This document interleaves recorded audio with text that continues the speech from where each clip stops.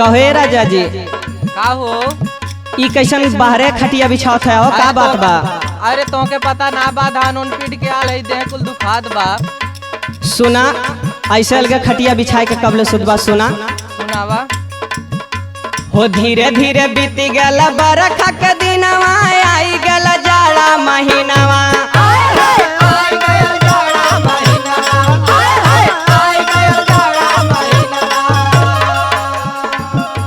अरे धीरे धीरे बीती गल बरखा के दिनवा आई गल जाड़ा महीनावा।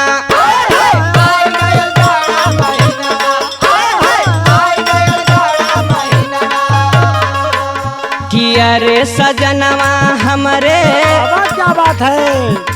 किया रे बलमुआ हमरे ओढ़ के रजाई सूता संगवा।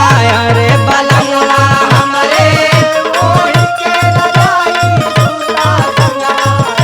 सजनवा हमरे ओढ़ के रजाई सूता संगवा। सजनवा हमरे 3-4 महीना इधर उधर कमाए के चक्कर में पड़ल रहला, लेकिन कम से कम जाड़ा के दिन तक ख्याल करा। अरे तो होई ने कुल हो बरखा या गर्मी कैला राजा जी कमाई। बरखा या गर्मी कैला राजा जी कमाई। बरखा या गर्मी कैला राजा जी कमाई। हो जाड़ा में बोला केरा जाई गरमाई। जाड़ा में बोला केरा जाई गरमाई। जाड़ा में बोला केरा जाई गरमाई। सुना अरे डलला नका भोडी जल मोबिल सूखा पड़ल न जनवा। सूखा पड़ल न जनवा। सूखा पड़ल न जनवा। अरे डलला नका भोडी जल मोबिल सूखा पड़ल न जनवा। सूखा पड़ल न जनवा। सूखा पड़ल न जनवा। किया रे सजनवा हमरे कि अरे बलमुआ हमरे ओढ़ के रजाई सूता संगवा। अरे बलम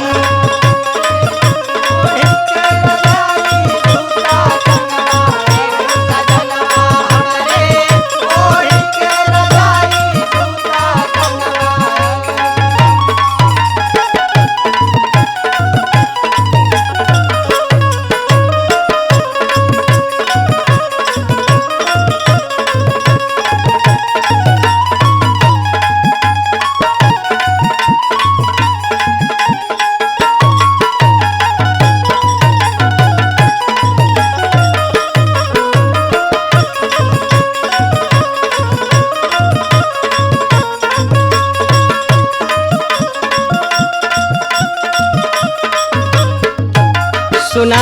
सुनावा। तोहरे खातिर ई खटिया हटाई के हम का कैले बानी हो। का कैले हो? हो खटिया हटा के राजा पुअरा बिछावानी।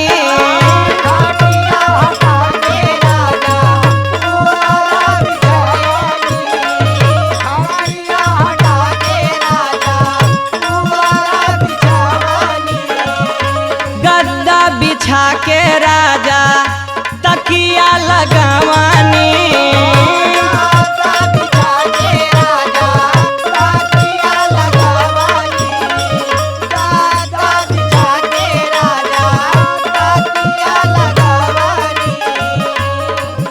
अरे परल बाओ खरवई से राजा कुटबा कहिया धनवा।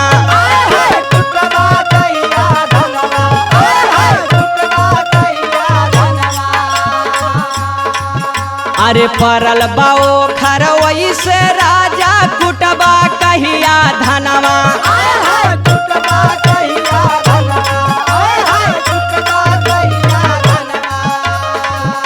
कि अरे सजनवा हमरे कि अरे करे जाऊ हमरे ओढ़ के रजाई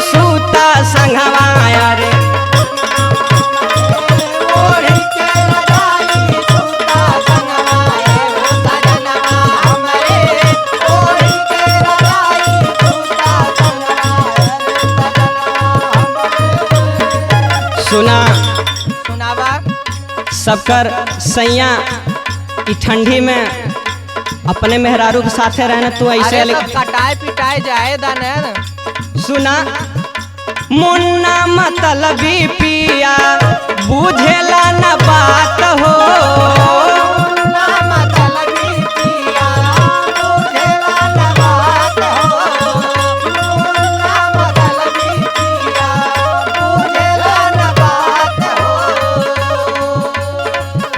दिनवा त बीतिए जाला बीतत नहीं खेरात हो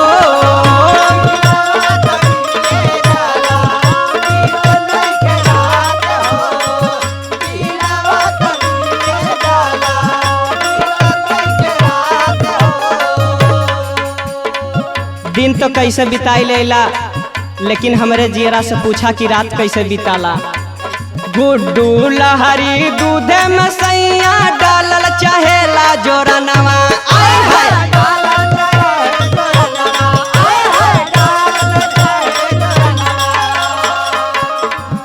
अरे गुड्डू लहरी दूधे में सैया डालल चाहेला जोरनवा